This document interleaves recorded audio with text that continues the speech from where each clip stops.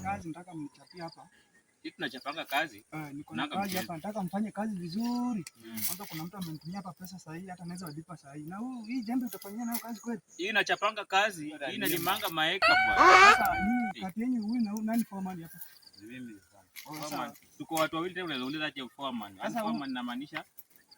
Foreman inamaanisha nini? Mimi nasimamia kazi. Lakini mimi ndo ningesimamia lakini sawa tu. Huyu unaona ni kama anatoka karibu na kwetu kama anamjua. Tuongee kidogo. Hii nataka hii kazi ya kibarua ni kazi ngumu sana. Bwana mmekaa huko sana bwana. Kwani mnaelewana nini? Kwa tunaelewana bei. Tunaelewana 1500. 1500 ndio 1500. Ndio sasa hiyo.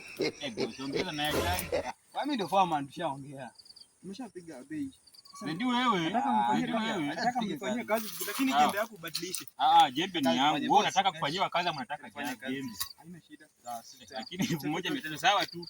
Sawa boss, lakini utumaanisha chai. Haina shida. Haya.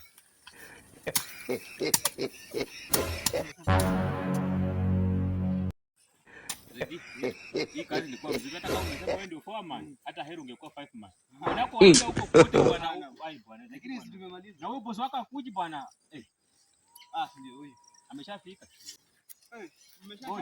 Mbona mwenye kazi msafi? Sisi nimekwambia usiangalie jembe. Nimeona mmeshachapa kazi. Nimechapa kazi zenye kumeng'ara mpaka huko nyuma. Na miogo zangu sioni.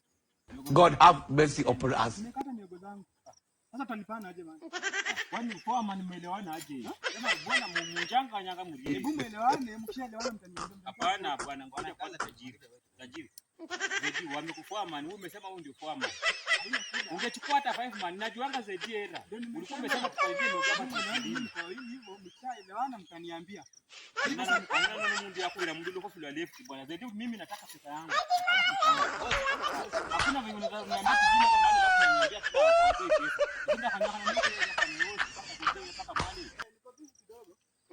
Ndio kama nataka pesa yangu ama unipe jembe. Hapana bwana nipe jembe. Mimi mtanizika. Mtanizikia hapa bwana.